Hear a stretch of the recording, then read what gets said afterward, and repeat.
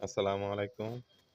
ঢাকা শহরে আসলে অনেকেই বাড়ি ভাড়া বেশি এবং সাশ্রয়ী করার জন্য, বেশি ভাড়াটাকে সাশ্রয়ী করার জন্য সাবলেট ভাড়া দেয়। তো আমিও ঢাকায় আরকি ২ রুমে একটি ফ্ল্যাটে ভাড়া থাকি। ২ টা বারান্দা আছে। তা একটু সাশ্রয় করার জন্য ভাবলাম আমার বাসাটা একটু সাবলেট ভাড়া দেই। তো আমি আমার ২ টা বাসার ২ টা বারান্দায় আরকি সাবলেট দেওয়ার জন্য টুলেট টাঙাই। অ্যা একটি টুলেট দেখে প্রায় বেশ কয়েকটা ফ্যামিলি বারবার আসে। বিভিন্ন সময় দেখে, কিন্তু তারা ভাড়া নেয় না।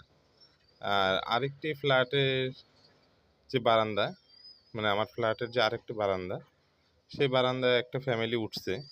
তারা হাসব্যান্ড ওয়াইফ ২ জন থাকে।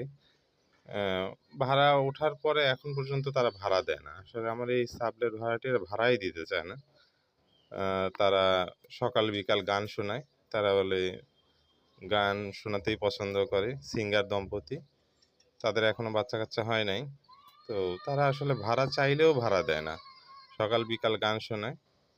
তো আমার আপত্তি নেই। আলহামদুলিল্লাহ আমি ভাড়াটি এই সাবলেট ভাড়াটি নিয়ে সন্তুষ্ট। তো আসেন আপনাদের সাথে আমার এই সাবলেট ভাড়াটিয়ার পরিচয় করে দিই। এই যে আমার সাবলেট ভাড়াটিয়া চড়ুই দম্পতি আমার এই পাশের বারান্দায়, দক্ষিণ পশ্চিমের বারান্দায় থাকে। আল্লাহর রহমতে আমি যেই জায়গায় থাকছি, সব জায়গারই আমার এরকম সাবলেট ভাড়াটিয়া থাকে। এটা আল্লাহর অশেষ রহমত। কিন্তু তারা কেউ ভাড়া দেয় না। তারা গান শোনায়। এতে আমি খুশি। সবাই দোয়া করবেন। ধন্যবাদ।